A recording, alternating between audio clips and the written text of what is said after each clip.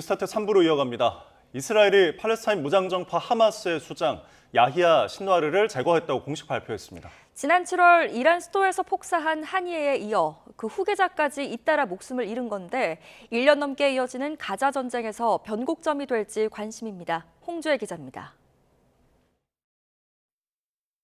16일 이스라엘이 가자 남부에서 하마스 대원들을 추적하다 탱크로 건물 하나를 공격했습니다. 3명이 사살됐는데 이 중 1명이 하마스 수장 야히야 신와르와 닮았다고 보고 확인 작업에 들어갔습니다. 신와르가 과거 수감됐을 때 확보해둔 DNA와 치과 치료 기록 등을 토대로 숨진 사람이 신와르가 맞는다는 걸 밝혀냈습니다. 하마스 최고 정치 지도자 이스마일 하니예가 이란에서 폭사한 지 2달여 만에 후임자 역시 살해된 겁니다. 특히 신와르는 지난해 10월 7일 하마스의 이스라엘 기습 공격을 설계해 이스라엘에선 1순위 표적으로 꼽혀온 인물입니다. 때문에 이스라엘은 신와르를 제거함으로써 군사적이고 도덕적인 업적을 이뤘다고 자평하고 있습니다. חיסולו הוא ציון דרך חשוב בשקיעת שלטון הרשע של החמאס. ואני מבקש לומר שוב, בצורה הכי ברורה, החמאס לא ישלוט יותר בעזה. 네타냐후 총리는 그러면서도 전쟁을 이어나가겠다는 뜻을 강조했습니다. 하마스에 억류된 인질 101명이 모두 풀려나기 전까진 전쟁을 멈출 수 없다는 이유에서입니다. 그간 공전을 거듭한 가자 휴전 협상이 신와르의 죽음으로 어떤 영향을 받을지도 관심입니다. Many are hopeful that with Sinwar out of the way, new leadership is going to want to find a way to end this conflict, and that means releasing the hostages potentially in exchange for an end to the war.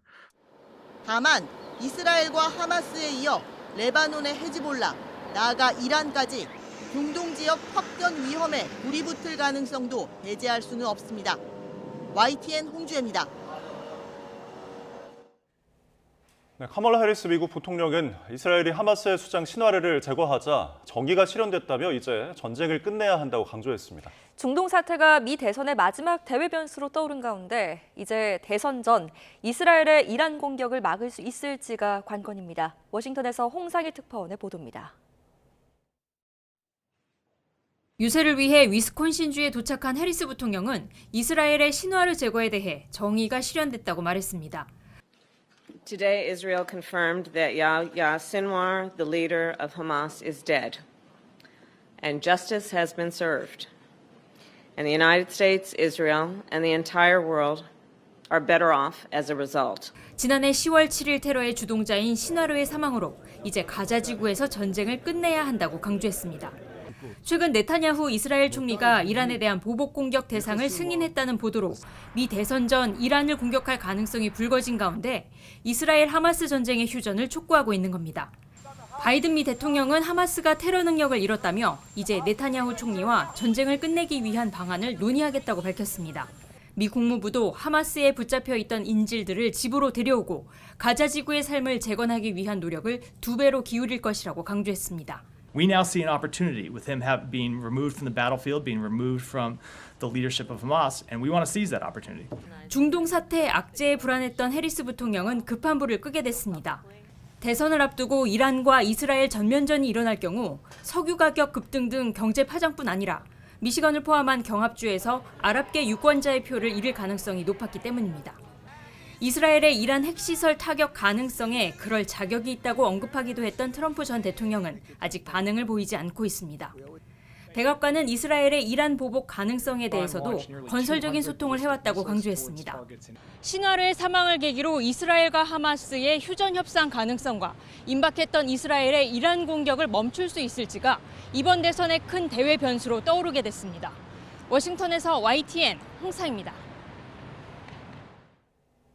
유럽 주요국들은 팔레스타인 무장정파 하마스의 수장 야히야 신와르의 사망이 확인된 뒤 하마스의 인질을 석방할 것을 일제히 촉구했습니다.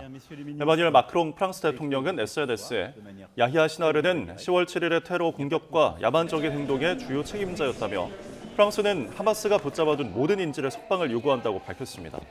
아날레나 베어보크 독일 외무장관도 성명에서 하마스는 이제 모든 인질을 석방하고 무기를 내려놔야 한다며 가자지구 주민들의 고통은 끝나야 한다고 말했습니다. 미국의 소비가 예상을 웃돌았다는 경제 지표와 반도체주의 강력한 실적으로 뉴욕 증시의 다우 지수가 연일 최고치를 경신했습니다. 뉴욕 증권거래소에서 다우 지수는 0.37% 상승 마감하며 어제에 이어 사상 최고치를 갈아치웠습니다. 기술주 중심의 나스닥 지수도 전장보다 0.04% 상승했고 장중 한때 사상 최고치를 찍었던 S&P 500 지수는 0.02% 내린 채로 마감했습니다. 미국 상무부는 미국의 9월 소매 판매가 7,144억 달러를 기록해서 전달보다 0.4% 증가했다고 밝혔습니다. 이는 0.3% 증가를 예상한 다우존스 집계 전문가 전망을 소폭 웃돈 수치입니다. 지난해 같은 기간과 비교하면 1.7% 상승을 했습니다. 월간 소매 판매 지표는 전체 소비 가운데 상품 판매 실적을 주로 집계하는 속보치 통계로 미국 경제의 중추인 소비의 변화를 가늠할 수 있는 지표로 여겨집니다. 유럽중앙은행인 ECB가 지난달에 이어 정책금리를 또 인하했습니다. ECB가 2달 연속해서 금리를 인하하는 건 13년 만에 처음인데 유럽의 실물 경기를 부양하기 위한 고육지책으로 보입니다. 김지영 기자가 취재했습니다. 유럽중앙은행 ECB가 이번 달 3대 정책금리를 모두 내렸습니다. The Governing Council today decided to lower the three key ECB interest rates by 25 basis points. 6월과 9월에 이어 올해 들어 세 번째 금리 인하입니다. 특히 2달 연속 금리를 내린 건 13년 만에 처음입니다. 유로존에서 인플레이션이 빠르게 잡히고 대신 경기 위축 우려가 커지기 때문으로 분석됩니다. 실제로 유로존의 9월 소비자 물가 상승률은 1.7%로 통화당국 목표치 2.0%를 밑돌았습니다.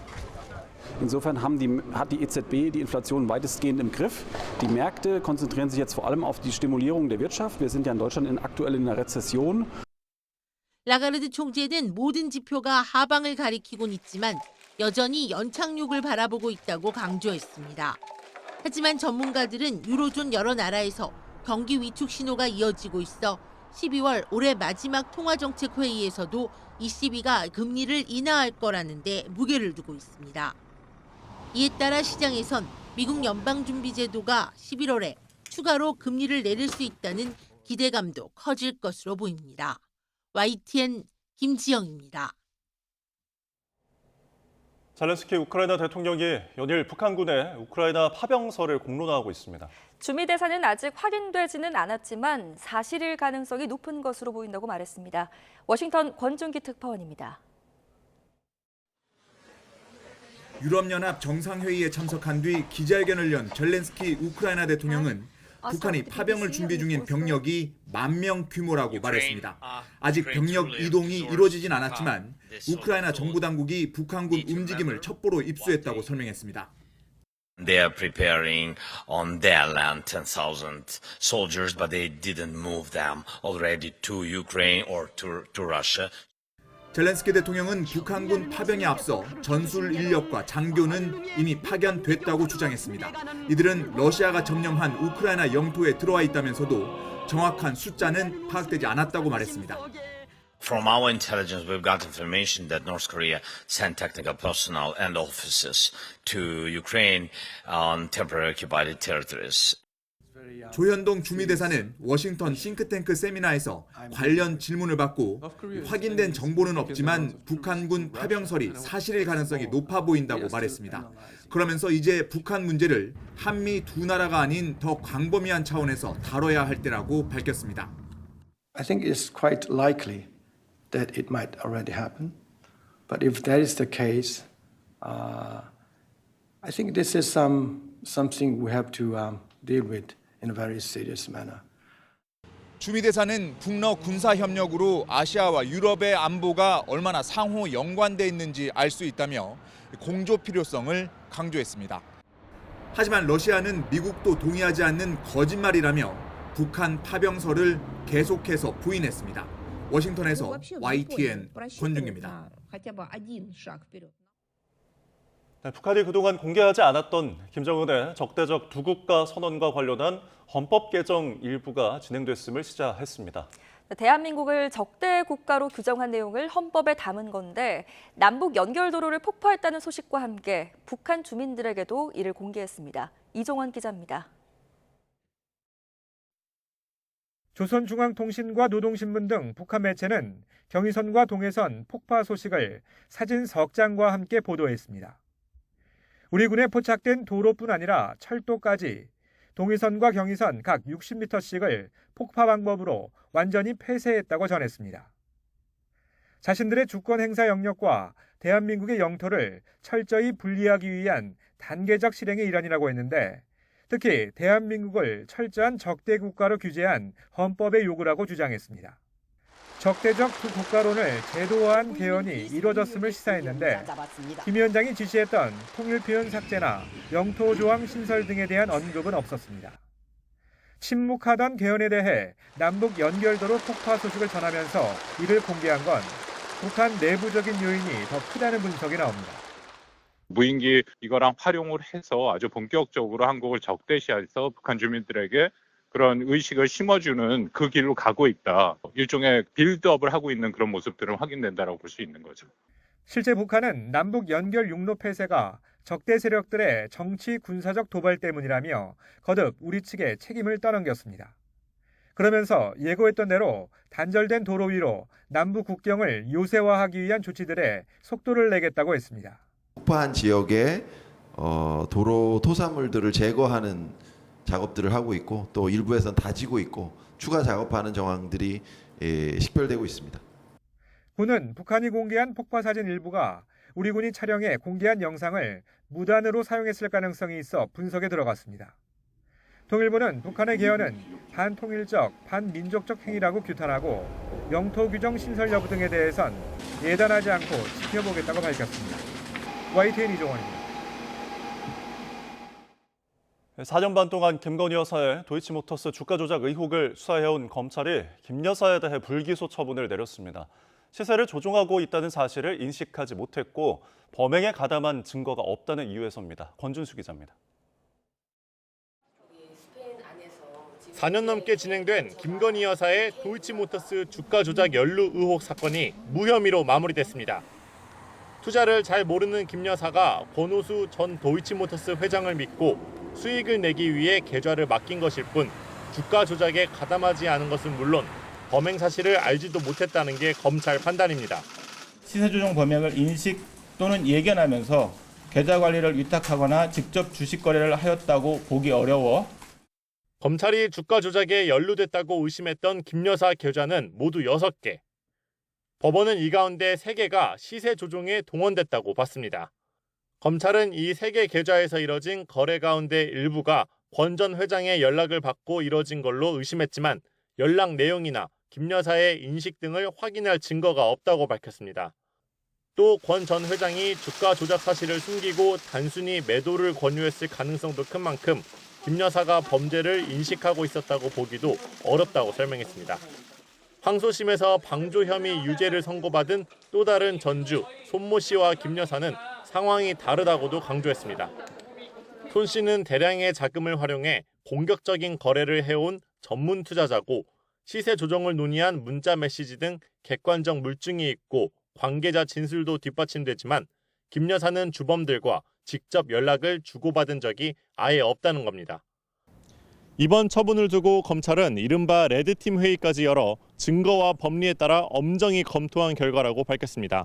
그러나 명품 가방 사건에 이어 잇따라 무혐의 결론이 나온 만큼 봐주기 수사가 이뤄진 게 아니냐는 지적은 피하기 어려울 것으로 보입니다. YTN 권준수입니다.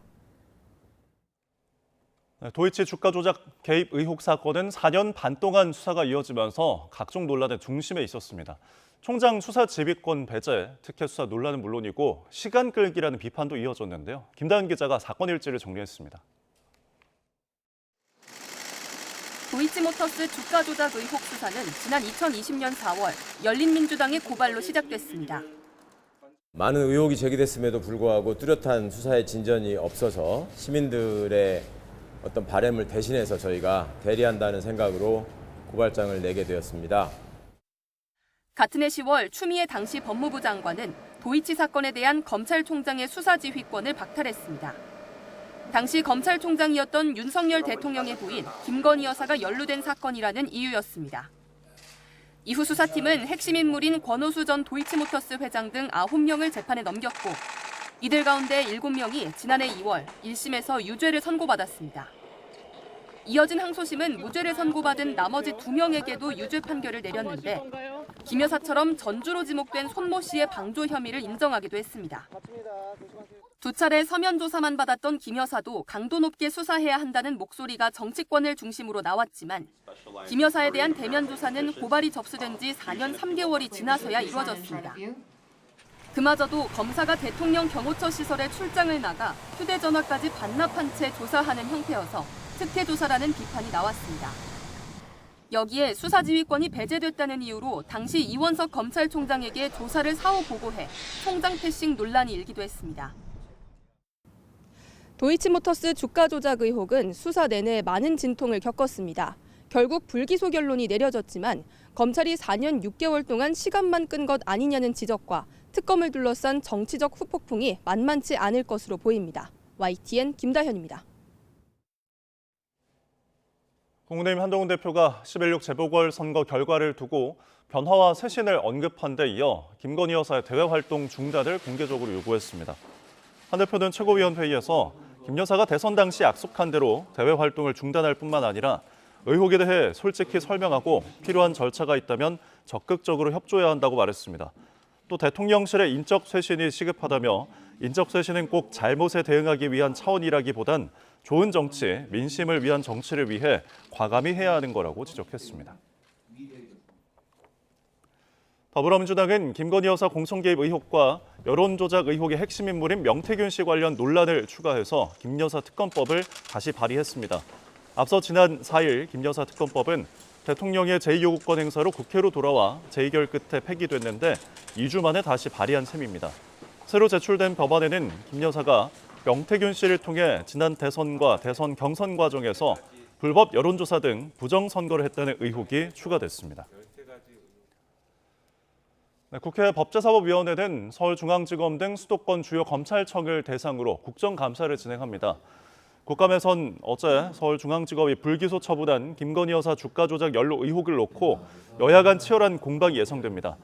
야당이 김 여사 불기소 처분에 반발해 추진하기로 한 심우정 검찰총장과 이창수 중앙지검장 탄핵 소추를 두고도 충돌할 것으로 보입니다. 국회 교육위원회 부산대학교와 부산대병원 국감도 열리는데 의대 증언과 민주당 이재명 대표 피습 당시 헬기 이송 논란을 놓고 질의가 오갈 전망입니다. 네, 오늘의 재판 일정입니다. 세계 1위 비철금속 재련기업 고려아연의 경영권을 둘러싼 법정 다툼 2차전이 시작됐습니다. 서울중앙지법은 오늘 오전 10시 반 영풍 측이 고려아연 측을 상대로 낸 공개매수 절차 중지 가처분 신문을 진행합니다. 앞서도 영풍 측은 한 차례 가처분을 신청했지만 법원에서 기각됐습니다. SK하이닉스 반도체 국가 핵심 기술과 삼성전자 계열사의 첨단 기술을 중국 경쟁업체 유출한 혐의로 재판에 넘겨진 협력업체 부사장의 항소심 선고가 오늘 오후 2시 반에 이뤄집니다. 만취 상태로 운전을 하다가 배달원을 치어 숨지게 한 혐의를 받는 유명 DJ 안모 씨의 항소심 선고 결과도 같은 시각에 나옵니다. 1심 재판부는 안 씨가 받아들이기 어려운 변명을 하고 있다며 징역 10년을 선고했습니다.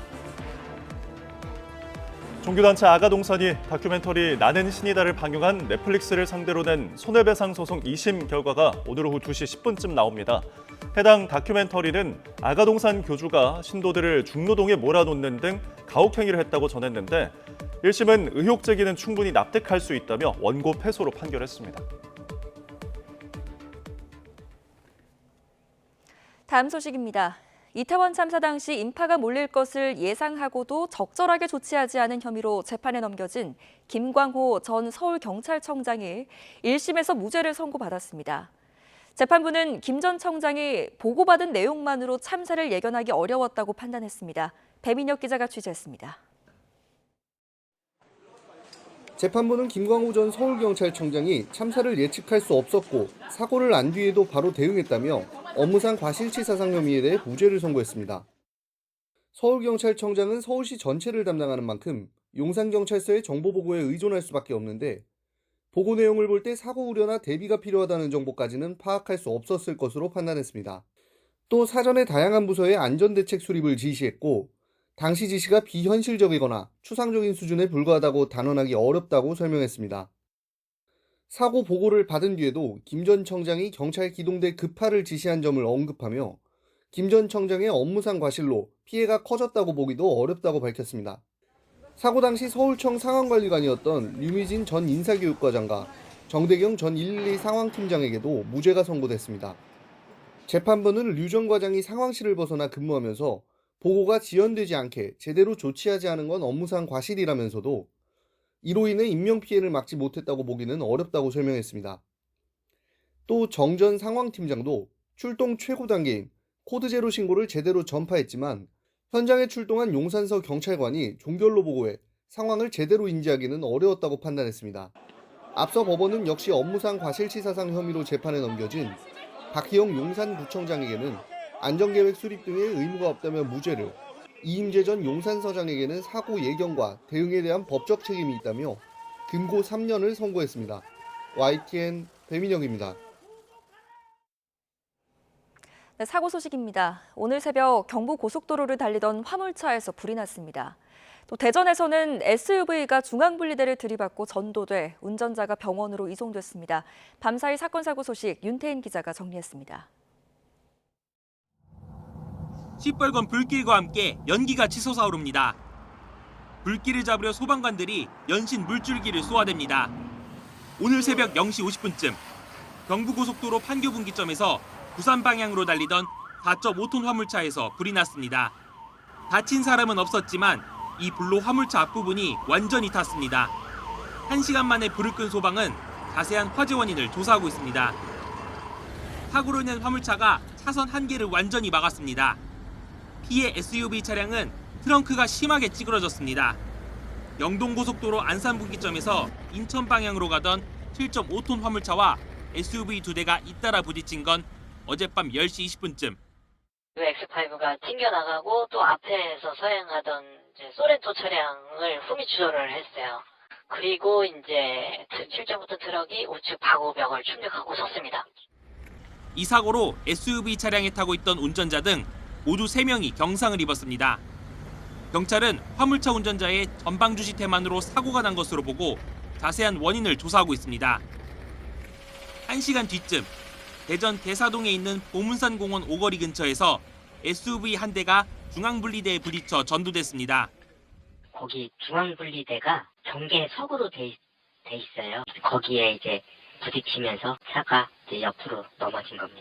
블랙박스 봐서는 속도가 그렇게 빨라지는 않아요. 이 사고로 40대 여성 운전자가 인근 병원으로 옮겨져 치료를 받고 있습니다. 경찰은 혈액 검사를 통해 운전자의 음주 여부 등을 확인할 예정이라고 밝혔습니다. 어제 저녁 7시 20분쯤 충남 보령시 주교면에 있는 주택창고에서 불이 났습니다. 불은 창고에 있던 화목난로에서 시작해 소방 추산 1,700만 원의 재산 피해를 냈습니다. 소방은 난로에서 시작된 불이 주변에 있던 땔감에 옮겨 붙은 것으로 보고 있습니다. YTN 윤태인입니다. 네, 흔히 클럽에서 유통되는 마약류 케타민을 미국에서 대량으로 몰래 들여와 유통하려 한 혐의를 받는 일당이 붙잡혔습니다. 한 번에 6만 명 가까이가 투약할 수 있는 분량을 판매하려다가 구매자로 위장한 경찰에게 곧바로 덜미를 붙잡혔습니다. 유서연 기자가 취재했습니다. 붉은색 가방을 든 남성이 검은색 승용차에 올라탑니다. 차량 안에는 마약을 사는 척 경찰이 기다리고 있었습니다. 판매책을 잡고 보니 가방에는 케타민 1.7kg이 있었습니다. 가방에만 40억 원 상당 5만 7천 명, 추가 압수한 물량까지 따져보니 모두 6만 명이 동시에 투약할 수 있는 양이었습니다. 케타민은 주로 클럽에서 광범위하게 유통돼 오랫동안 골칫거리로 꼽혀왔습니다. 그런데 경찰이 조사해보니 피의자들은 미국에서 이 케타민을 몰래 들여온 것으로 확인됐습니다. 총책과 유통책 모두 미국에서 잘못된 인연을 맺었습니다. 해외 총책과 지속적으로 연락을 시도했었습니다. 해외 총책으로부터 케타민을 좀 대량 처분하고 싶다라고 연락이 와서 저희들이 이제 매수자로 가정하고 위장 거래를 진행했던 겁니다. 게다가 주범 가운데 한 명은 필로폰을 밀수입한 혐의로 이미 검찰에서 적색 수배가 내려졌던 것으로 파악됐습니다. 경찰은 유통책 등 3명을 구속하고 이들에게서 마약을 구매한 11명도 붙잡았습니다. 경찰은 해외 총책에 더해 필리핀으로 도주한 국내 총책에 대해서도 인터폴 적색 수배 조치하고 추적 중입니다. YTN 유소연입니다. 연세대 수시 논술시험 문제 유출 논란이 이어지는 가운데 수험생 사이에도 문제가 유출된 정황이 있다는 주장이 나왔습니다. 문제 유출 논란과 관련해 응시자와 학부모의 집단 소송을 추진하는 A씨는 시험지를 일찍 배부해 문제가 된 고사장에서 시험 시작 30여 분 전에 한 수험생이 다른 고사장에 있는 수험생에게 휴대전화로 일부 문제 정보를 전달한 것으로 확인했다고 밝혔습니다. A씨는 문제를 전달한 수험생이 이 같은 사실을 직접 밝혔다며 문제 내용을 전부 공유한 건 아니더라도 유출에 해당한다고 말했습니다.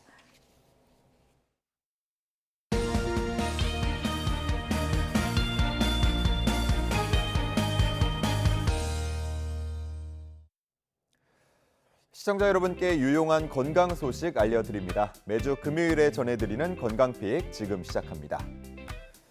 겨울철 독감 예방주사 언제 맞아야 가장 효과적일까요? 바로 10월이 가장 적합하다고 하는데요. 예방접종 후에 항체가 형성되려면 짧게는 2주, 길게는 4주가 걸리기 때문입니다. 따라서 10월 중에 접종하는 것이 가장 좋고 늦어도 11월까지는 챙겨야 면역 효과를 볼 수 있다는 겁니다. 오늘부터는 65세 이상을 대상으로 무료 예방접종이 시작된다고 하니까 이 부분도 참고해 주시면 좋겠네요. 많은 관심이 집중됐던 비만 치료제 위고비가 이번 주 국내에 출시됐습니다. 온라인 불법 판매와 광고가 늘 것에 대비해서 식품의약품안전처가 한 달 동안 집중 단속에 나선다고 밝혔는데요. 식약처는 특히 부작용과 오남용에 대해 시판 후 안전관리를 면밀하게 추진할 것이라고 설명했습니다. 3년 주기로 실시되는 노인 실태 조사 결과가 최근에 발표됐습니다. 가장 눈에 띈 건 독거 노인 가구의 증가세였는데요. 조사에 참여한 노인 가운데 32.8%가 혼자 사는 것으로 나타났습니다. 이는 직전 조사보다 13%포인트나 늘어난 수치였습니다. 한편 소득과 자산, 또 교육 수준은 이전보다 높아진 것으로 나타났는데요. 이를 보면서 노년층의 양극화 심화에 대한 우려의 목소리가 나오고 있습니다. 세계보건기구 WHO가 최근 코로나19에 이은 또 다른 감염병 대유행, 팬데믹 위험이 커지고 있다고 경고해서 주목됩니다. WHO는 다음의 팬데믹은 우리가 완벽하게 시스템을 갖출 때까지 기다리지 않을 것이라면서 국제사회가 1차 의료 시스템에 투자해야 한다고 강조했습니다. 특히 취약계층에 대한 보건 서비스를 보장할 수 있어야 하고 인간과 동물, 또 환경이 서로 연결되는 모든 지점을 아울러 대비책을 세워야 한다고 말했습니다. 이번 주 주요 건강 소식 살펴봤습니다. 지금까지 건강픽이었습니다. 네, 다음 소식입니다. 전 세계적으로 유행을 하고 있는 H5N1형 조류 인플루엔자가 국내 야생조류에서 올해 처음으로 검출이 됐습니다. 방역당국은 예찰을 강화하고 가금 농장으로 전파되는 걸 막기 위해서 사육 가금 이동 통제에 나섰습니다. 김주영 기자입니다. 경기도 용인에 있는 하천에서 H5N1형 고병원성 조류 인플루엔자가 검출됐습니다. 방역당국이 예찰 계획에 따라 포획한 야생조류에서 바이러스가 확인됐습니다. H5N1형은 전 세계적으로 유행하는 조류 인플루엔자 형태로 올해 국내에서 발견된 건 이번이 처음입니다. 조류 사이에서는 물론 포유류, 특히 사람에게도 옮길 수 있습니다. 아직 사람 간에 전파된 경우가 확인되지는 않았지만 한 번 감염되면 사망에 이르는 확률인 치명률이 50%를 넘어 우려됩니다. 여러 포유류에서 집단 발병 사례들이 여기저기서 많이 발견이 됐어요. 사람한테 전파 가능한 형태로 이제 변이가 일어나기 시작하면 이제 넥스트 팬데믹의 시작이라고 얘기를 하거든요. 이에 따라 방역당국도 비상입니다. 검출 지점 부근 10km를 야생 조수류 예찰 지역으로 설정하고 해당 지역 안에서 사육하는 가금류의 이동을 통제하고 나섰습니다. 또 발견 지점 인근 철새 도래지에는 사람과 차량을 출입하지 못하게 하고 인근 가금 농장에 대한 방역도 강화하기로 했습니다. 전국 150개 철새 도래지에 대한 실태 조사도 실시해 추가 감염 상황을 살필 방침입니다. 방역당국은 가금 농장을 상대로 차단 방역 수칙을 철저히 지키고 경미한 증상만 확인돼도 바로 신고해달라고 당부했습니다. YTN 김주영입니다. 국내 최대 규모의 화장품 박람회인 오송 화장품 뷰티 산업 엑스포가 충북 청주에서 열리고 있습니다. 행사에 참여한 150여 개 국내 기업들이 해외 바이어들과 수출 상담을 하는 등 새 수출 계약도 순조롭게 진행되고 있습니다. 엑스포 현장을 이성우 기자가 다녀왔습니다. 전 시장 안이 국내 화장품 제품들로 가득합니다. 각 기업의 대표 화장품은 물론 새롭게 선보이는 제품까지 종류도 다양합니다. 전 시장을 찾은 관람객과 바이어들은 회사 부스를 돌아다니며 제품을 하나하나 꼼꼼히 살펴봅니다. 업체들은 자신들의 제품 홍보는 물론 현장에서 맞춤형 상담도 진행합니다. 이곳은 바로 국내 최대 규모의 화장품 박람회가 열리고 있는 오송 화장품 뷰티 산업 엑스포입니다. 오송 엑스포는 단순히 업체들의 화장품 홍보에 머물지 않고 업계 동향 전반을 한눈에 살펴볼 수 있는 게 특징입니다. 사실 오송 화장품 엑스포가 상당히 많이 알려져 있습니다. 국내도 마찬가지지만 해외에서도 오송 하면은 그 지역을 얘기를 하면서 바이어들이 상당히 관심을 갖는지. 이번 행사에 참여한 국내 화장품 기업은 모두 154곳. 그동안 화장품 업계는 해외 시장 위축 등으로 중소기업의 경우 새 판로 개척 등 수출에 어려움을 겪어왔습니다. 그런 만큼 중국과 일본, 베트남 등 해외 바이어 270여 명도 참가한 이번 행사를 통해 수출 계약 실적을 기대하고 있습니다. 특히 올해는 충청북도가 해외 바이어들을 대상으로 화장품 제조기업 현장 방문과 청남대교 등 명소를 둘러보는 관광도 신설했습니다. 오랫동안 이런 행사가 진행되어 왔기 때문에 많이 알려졌고 해외에 많은 바이어들이 여기 와 있기 때문에 그리고 우리 기업들도 많이 참여하고 있어서 이번에는 아마 많은 성과가 있지 않을까 기대합니다.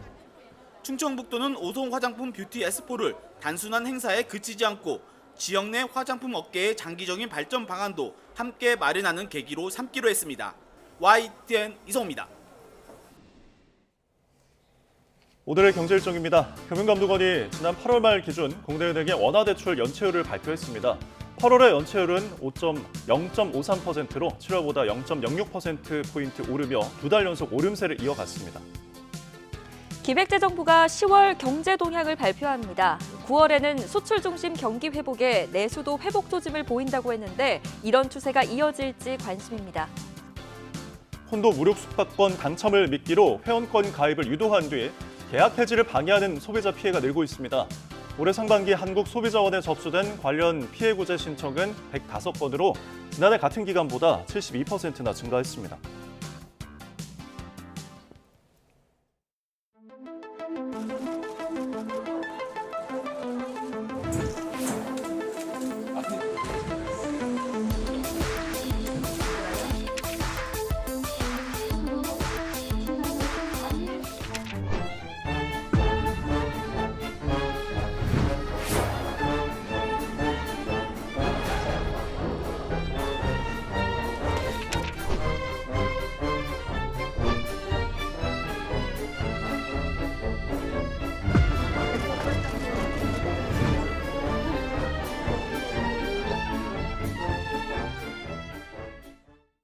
네, 금요일 아침마다 한 주간의 연예계 소식을 전해드리는 시간입니다. 국정감사에 출석한 뉴진스 멤버 한이로 인해서 여의도가 들썩이며 여러 해프닝이 일어났습니다. 또 불법 온라인 도박 사실을 고백한 개그맨 이진호 씨는 사실상 연예계 퇴출 수순을 밟고 있습니다. YTN 스타 김성현 기자와 함께 자세한 내용 짚어보겠습니다. 어서 오세요. 네, 어서 오십시오. 자, 방금 영상 보셨겠지만 사실 여러 해프닝이 국회에서 벌어졌습니다. 이제 직장 내 괴롭힘 때문에 뉴진스 한이가 이제 참고인으로 출석을 했죠. 네, 그렇습니다. 걸그룹 뉴진스의 멤버 한이는 지난 화요일 국정감사에 참석했습니다. 하이브에서 벌어진 직장 내 괴롭힘과 관련한 증언을 위해 참고인으로 출석한 건데요. 보기 힘든 걸그룹 멤버가 모습을 드러내서인지 국회에서 독특한 장면이 펼쳐졌습니다. 우선 과방위원장인 최민희 더불어민주당 의원 모습부터 보시죠. 한이가 모습을 드러내자 카메라를 들고 쪼그려 앉아서 사진을 찍는 모습이고요. 출입 절차를 밟는 과정에도 카메라 화면에 잡혔습니다. 국회의원이 아닌 팬의 모습처럼 보이는데요. 또 상임위원회 정회 시간에 한이를 따로 만났다는 논란이 불거지며 회의가 1시간여 만에 중단되기도 했습니다. 네, 또 국회의 품격은 여기서도 사라졌습니다. 한이와 셀카를 찍는 하나오션의 임원도 질타를 많이 받았죠. 네, 그렇습니다. 이날 국정감사에는 조선손해 잇따른 사망사고와 관련해 하나오션 정인섭 거제사업장 사장이 증인으로 출석했습니다. 예. 정 사장은 이 자리에서 한이와 웃으며 셀카를 찍는 모습이 포착됐는데요. 이에 국회의원들은 회사에서 사람이 죽어나가는데 셀카를 찍고 웃음이 나오느냐라며 정 사장을 향한 질타를 쏟아냈습니다. 결국 하나오션은 이날 대표이사 명의로 사과문을 내고 고개를 숙였지만 논란은 쉽게 수그러들지 않고 있습니다. 네, 이런 여러 해프닝 때문에 좀 주요 의제들이 좀 묻히는 게 아닌가 싶었는데 직장 내 괴롭힘 문제는 결국 어떻게 결론이 났나요? 네, 떠들썩했던 국정감사 현장이 무색할 정도로 명확한 해결책은 나오지 않았습니다. 김주영 어도어 대표는 한이가 겪는 문제에 대해 하이브와 뉴진스 사이 서로 주장이 엇갈리고 있으며 할 수 있는 조치를 다 취했다라고 말했습니다. 반면 한이는 김 대표가 최선을 다했다고 생각하지 않는다며 조속한 문제 해결을 요청했습니다. 한이는 질의응답 말미에 눈물을 쏟으며 인간으로서 서로 존중해야 한다고 강조했습니다. 네, 또 다음 이야기로 넘어가 볼 텐데 개그맨 이진호 씨 이야기입니다. 불법 도박 사실을 고백하면서 사실상 이 연예계 퇴출 수순을 밟고 있다고요? 네, 맞습니다. 이진호 씨는 지난 월요일 자신의 SNS를 통해 불법 도박 사실을 고백했습니다. 이후 그가 방탄소년단 지민을 비롯해 이수근, 영탁, 하성운 씨 같은 동료 연예인은 물론 방송국 임원, PD, 작가 등에게도 돈을 빌렸다는 사실이 전해졌는데요. 그가 불법 도박으로 진 빚은 약 20억 원에 이르는 것으로 알려졌고 현재 경찰은 그의 불법 도박 혐의에 대해 입건 전 조사에 착수했습니다. 이번 사건의 여파로 이진호 씨는 2021년부터 고정으로 출연하던 JTBC 아는 형님에서 하차했는데 사실상 방송계에서 퇴출되는 분위기입니다. 네, 본인만의 뭐 어떤 불법이 아닌 여러 사람들을 끌어들여서 좀 피해를 준 점에서 좀 논란이 큰 것 같습니다. 자, 제시 이야기도 해보겠습니다. 이 사진 촬영을 요청한 팬을 같이 있던 그 일행이 폭행한 사건 때문에 경찰에 출석해서 조사를 받았다고요? 네, 지난달 미성년자인 한 팬이 제시에게 사인을 요청했다가 제시 일행 중 한 남성에게 폭행당하는 사건이 발생했습니다. 결국 피해자는 제시와 가해자를 포함해 일행 4명을 고소했는데요. 이에 제시는 피고소인 신분으로 경찰에 출석해 약 6시간의 조사를 받고 어제 새벽 귀가했습니다. 제시는 가해자를 당일 처음 봤다고 주장하면서 피해자에게는 사과의 뜻을 전했는데요. 그러나 11년 전에도 서울 이태원의 한 클럽에서 벌어진 폭행 사건에 연루되었다는 주장이 나오며 제시는 이미지 타격이 불가피한 상황에 놓였습니다. 네, 뭐 억울한 입장일지 아니면 책임져야 할 부분이 있을지 조사 결과를 한번 지켜보도록 하겠습니다.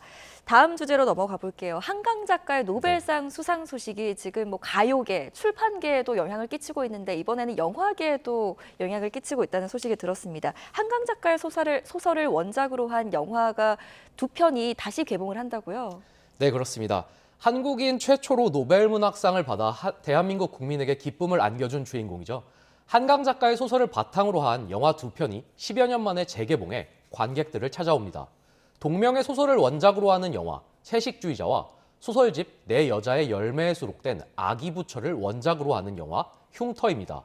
두 작품 모두 개봉 당시 흥행에는 성공하지 못했지만 이번 노벨상 수상을 계기로 재개봉하게 됐습니다. 티켓 가격 역시 저렴하게 책정됐는데요. 평일 기준 영화 티켓 가격이 평균 14,000원인데 비해 채식주의자는 10,000원, 흉터는 6,000원으로 책정돼 모처럼 극장가에 활력을 불어넣을 것으로 보입니다. 네, 해당 영화들을 함께 만든 뭐 감독이나 배우들은 좀 웃음을 지을 것 같습니다. 네. 자, 그런데 이 영화 한 편을 사실 보기 위해서 가격이 좀 비싸잖아요. 가격이 무척 싼 짧은 영화가 개봉이 된다고요? 네, 그렇습니다. 극장에서 4,000원에 만나볼 수 있는 호러 영화 4분 44초가 개봉을 앞두고 있는데요. 총 8개의 에피소드로 구성된 이 영화는 편당 4분 44초 분량으로 최근 쇼폼 트렌드에 부합한 신개념 영화입니다. 앞서 지난 6월에도 손석구 씨가 주연을 맡은 밤낚시 역시 13분의 상영 시간과 1,000원의 관람료가 화제를 모으며 4만 명이 넘는 관객을 기록한 바 있습니다. 이처럼 부담 없는 가격으로 짧게 즐길 수 있는 영화를 스낵무비라고 부르는데요. 최근 이런 영화가 잇따라 등장하며 영화계의 새로운 트렌드가 될 수 있을지 관심이 모이고 있습니다. 네, 영화계를 떠나서 또 문화계 전반에 이런 긍정적인 영향이 계속되기를 바랍니다. 여기까지 듣겠습니다. 지금까지 YTN 스타 김서영 기자와 함께했습니다. 오늘 잘 들었습니다. 고맙습니다.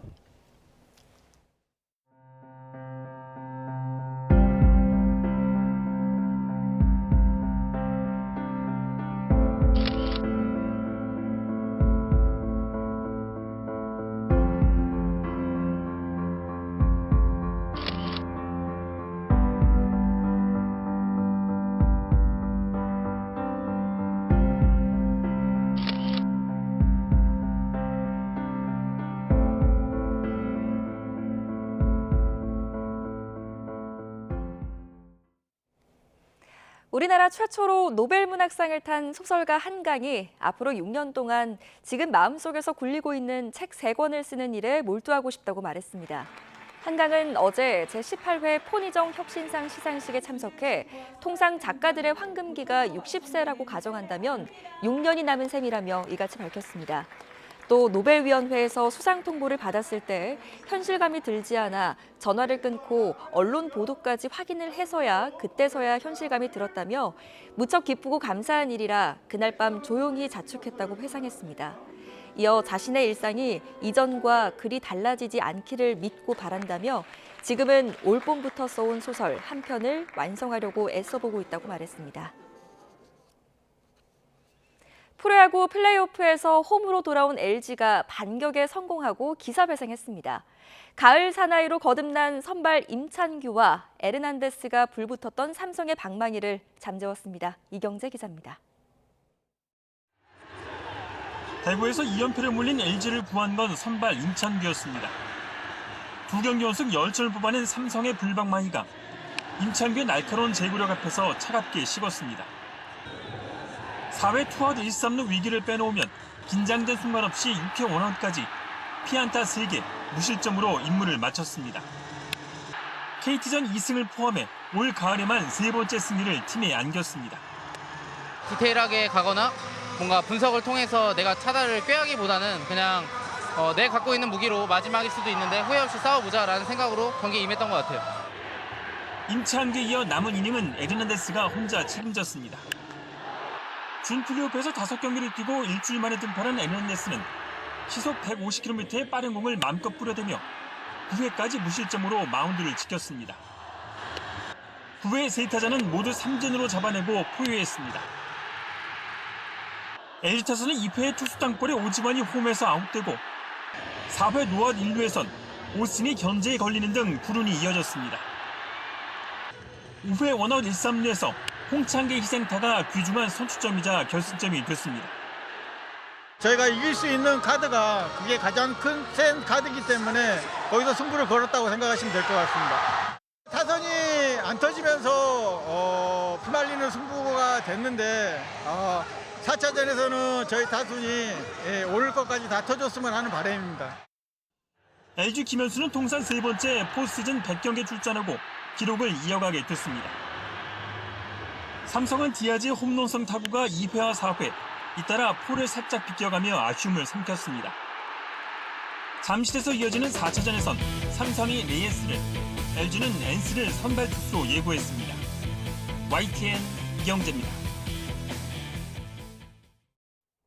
이번에는 출근길 날씨 알아보겠습니다. YTN 야외 스튜디오 연결합니다. 윤수빈 캐스터. 네, 윤수빈입니다. 네, 오늘 전국에 비 예보가 있는데 현재 서울 날씨는 어떤가요? 네, 현재 서울은 하늘빛이 흐리거나 약하게 빗방울 정도만 떨어지고 있습니다. 하지만 서쪽 지방을 중심으로 점차 비가 시작되겠고 오전 중에는 점차 전국으로 확대하겠는데요. 마치 여름철에 내리는 비처럼 강하게 쏟아질 수 있어 주의하셔야겠습니다. 네, 비가 내리면서 기온도 크게 떨어진다고요? 네, 현재 서울 기온은 18도로 아침에는 비구름이 이불 역할을 해주면서 많이 쌀쌀하진 않습니다. 하지만 낮 동안에는 강한 비바람이 불며 기온이 거의 오르지 못하겠는데요. 오늘 서울 한낮 기온은 19도로 어제보다 무려 7도가량이나 낮겠습니다. 급격히 쌀쌀해진 날씨에 감기 걸리지 않도록 옷차림 따뜻하게 하고 나오시기 바랍니다. 자세한 레이더 화면부터 살펴보겠습니다. 현재 서해상에서 발달한 비구름의 영향으로 서해안과 제주도에 약하게 비가 내리고 있습니다. 이 비구름은 점차 내륙으로 유입되겠고 그 밖에 전국으로 확대하겠는데요. 내일까지 영동에 최고 120mm 이상, 경남 남해안에도 많게는 100mm가 넘는 큰 비가 오겠고 서울 등 그 밖의 지역도 최고 60에서 80mm로 가을비치고 양이 많겠습니다. 특히 기온이 낮은 강원 높은 산간에는 올가을 첫눈이 내릴 가능성도 있겠습니다. 자세한 지역별 현재 기온 살펴보겠습니다. 서울 18도, 청주 17.7도, 광주는 18.8도를 보이고 있습니다. 하지만 낮 동안에는 기온이 어제보다 1에서 6도가량 내려가겠는데요. 오늘 서울 한낮 기온 19도, 대전과 대구는 22도에 머무르겠습니다. 중부지방의 비는 내일 오전이면 대부분 그치겠지만 강원 동해안과 충청 이남은 오후까지 이어지는 곳도 있겠습니다. 이후 비가 그친 뒤에는 한기가 남하하면서 휴일 아침에는 올가을 가장 추운 날씨가 찾아올 전망입니다. 모레까지는 달의 인력이 강해 해수면의 높이가 높은 기간입니다. 해안가에서는 만조시 저지대 침수 피해가 발생하지 않도록 각별히 유의해 주시기 바랍니다. 지금까지 YTN 윤수빈입니다. 이상으로 뉴스타트를 마칩니다. 기분 좋은 하루 보내시기 바랍니다. 오늘도 저희와 함께해 주셔서 고맙습니다.